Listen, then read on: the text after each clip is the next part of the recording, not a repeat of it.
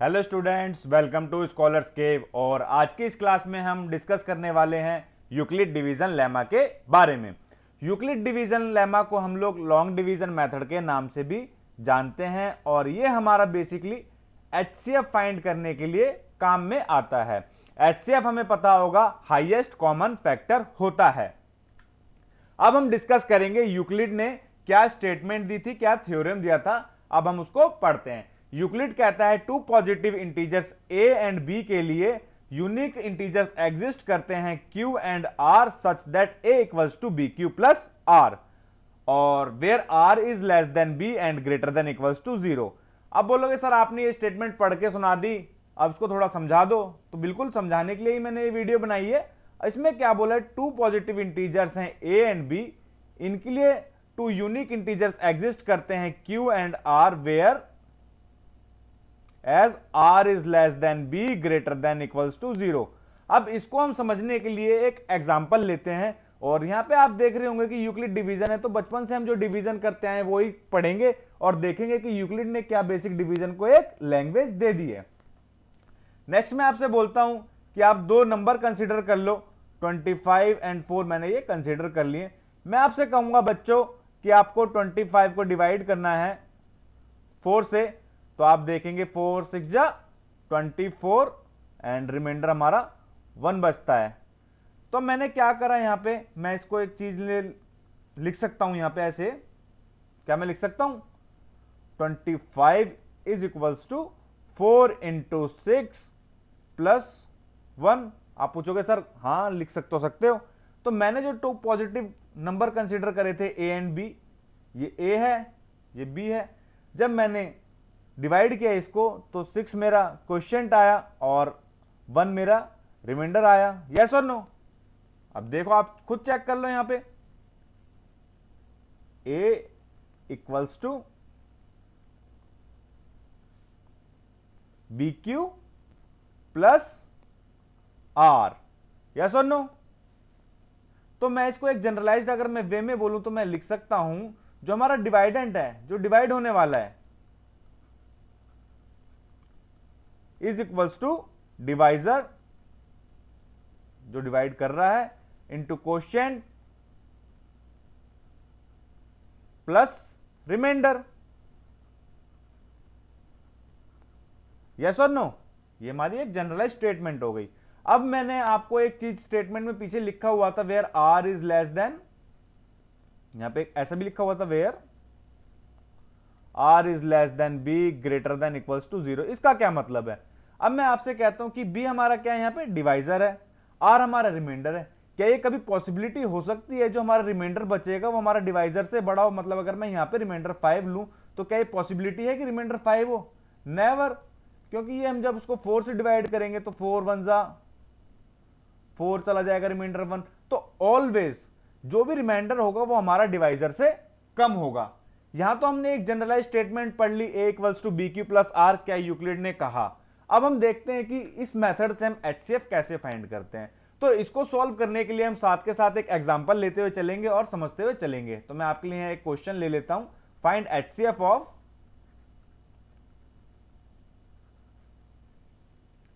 Two numbers ले लेते हैं हम लोग, 4052 and 12576 using Euclid division algorithm.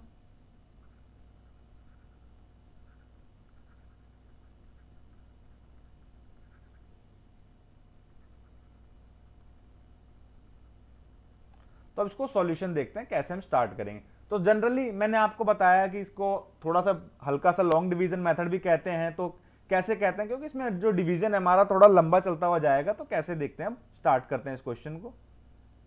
Basic वही फंडा है, डिवाइड करना चालू करना है। 12576 को हम डिवाइड करेंगे 4052 से। अब ये देखेंगे हम कितने टाइम्स में जा रहा है, 4 टाइम्स में तो 16 हो जाएगा, तो 3 टाइम्स में ट्राई करके देख लेते हैं। 3 2 जा 6, 15 कैरी 1 ये 1 और 15 0 कैरी 1 और 12। अब यहाँ पे हम इसको सब्ट्रैक्ट करते हैं, ये 0 हो जाएगा, ये हमारा 2 हो जाएगा और ये 1 हो जाएगा। 420 हमारा रिमाइंडर बचता है। अब इसके अंदर एक ही प्रोसेस ऐड होता है जब तक हमें एक काम करना होता है। जब हमारा ये रिमाइंडर आया, ये हमारा नेक्स्ट डिवाइजर बनेगा और जो फर्स्ट डिवाइजर था हमारा वो हमारा डिवाइडेंट बन जाएगा 4052। ठीक है, यही प्रोसेस को हमें ध्यान रखना है। जो हमारा रिमाइंडर था, remainder become the new divisor and जो हमारा फर्स्ट डिवाइजर था बिकेम द न्यू डिवाइडेंट। अब इसको हम प्रोसेस को सेम रिपीट करते हुए जाना है जब तक कि हमारा रिमाइंडर हमें 0 नहीं मिल जाता। तो अगर मैं देखूंगा तो 10 टाइम्स में तो ये ज्यादा हो जाएगा, तो मैं 9 टाइम्स में करके देखता हूं। 900 18 कैरी 1 और 36 और ये 37 हो जाएगा। यहाँ पे इसको मैं सब्ट्रैक्ट करता हूँ, ये मेरा 2, यहाँ से मैं कैरी लूंगा, ये हमारा 7 और यहाँ पे 272 रिमाइंडर बचा। सेम बच्चों यही प्रोसेस कंटिन्यू करना है। अब जो ये हमारा रिमाइंडर आया ये हमारा नेक्स्ट डिवाइजर बनेगा और जो फर्स्ट डिवाइजर था वो हमारा डिवाइडेंट बनता जाएगा ऊपर वाला। ये 420 यहाँ से मैं लेता हूँ, ये 1 पे जाएगा क्योंकि 2 से एक्सीड करता है। 272 और इसको मैं सब्ट्रैक्ट करता हूँ, ये 8 हो जाएगा, ये 4 हो जाएगा, ये 148 बचेगा। सेम प्रोसेस रिपीट करते हुए चलना है जब तक कि हमारा रिमाइंडर 0 ना आ जाए। तो सेम वही हम रिपीट करेंगे। ये 272 हो जाएगा, 1 पे जाएगा, 148। अब हम देखेंगे तो रिमाइंडर हमारा बचेगा यहाँ से, कैरी लेंगे 4, यहाँ पे 2 और ये 124 रिमाइंडर बचा। सेम प्रोसेस अप्लाई करते हुए चलना है जब तक कि हमारा रिमाइंडर 0 नहीं आ जाता। नेक्स्ट ये 148 हमारा डिवाइडेंट बन जाएगा, 1 पे देखेंगे तो 124, 2 रिमाइंडर यहाँ पे 4 बचा एंड ये 24 हमारा रिमाइंडर बचेगा।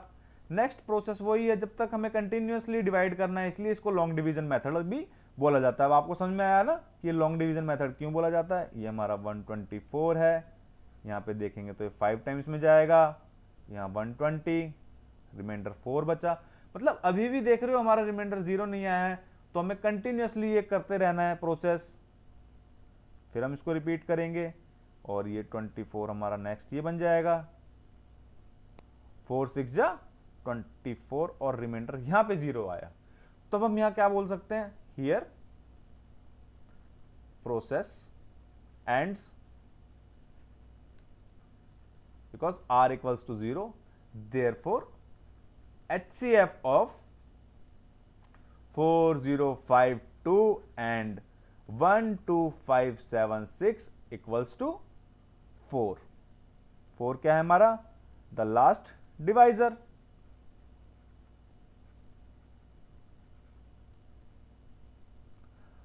अब बच्चों हमने तो ये समझ लिया, अब हमें एग्जाम में थोड़ी सी लैंग्वेज के साथ भी लिखना होगा, तो हम इसको कैसे लिखेंगे। अब नेक्स्ट मैं स्लाइड लेता हूं और उसमें हम एक्सप्लेन करते हैं कि हम इसको कैसे, इसी क्वेश्चंस को लैंग्वेज में कैसे लिखेंगे। तो सॉल्यूशन में हम लिखेंगे सबसे पहले अप्लाई यूक्लिड डिवीजन एल्गोरिथम,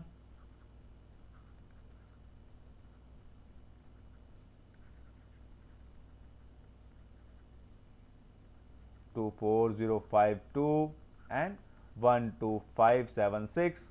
अब इसका क्या मतलब है, that is divide 12576 by 4052। It implies that, अभी हमने वही जो हमने यूक्लिड की हमने जनरलाइज स्टेटमेंट पढ़ी थी उसी फॉर्म में लिखेंगे। 12576 इज इक्वल्स टू 4052 इंटू हमारा 3 टाइम्स गया था, प्लस रिमाइंडर हमारा बचा था 420। तो लिखेंगे here R not equals to 0, therefore apply Euclid division again.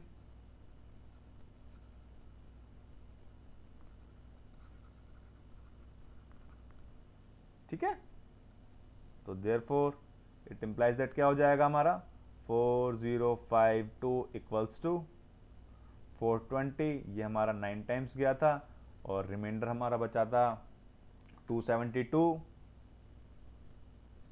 Again 420 equals to 272, into ये वंस टाइम गया था और रिमाइंडर हमारा 148 बचा था। अगेन 272 इक्वल्स टू 148 इंटू ये हमारा वन टाइम गया था, रिमाइंडर हमारा 124 बचा था। अगेन 148 इक्वल्स टू 124 इंटू 1 और रिमाइंडर हमारा 24 बचा था। सेम वही चीज देख रहे हैं ना आप, हम वो यूक्लिड वाली फॉर्म में लिखते आ रहे A is equals to B Q plus R, तो वही चीज कंटिन्यू करके थोड़ा यूक्लिड की फॉर्म में हम इसको अरेंज करते हुए चल रहे हैं। 124 इक्वल्स टू हमने यहाँ पे 24 इंटू 5 टाइम्स गया था, रिमाइंडर हमारा 4 बचा था। अगेन 24 इज इक्वल्स टू 4 हमारा बी बना था इंटू 6 टाइम 4 6 24 और रिमाइंडर 0 गया था। तो अब यहाँ पे हम लोग ने process here r equals to 0, therefore HCF of हमारे नंबर थे 4052 एंड 12576 इक्वल्स टू हमारा कितना आया 4, द लास्ट डिवाइजर।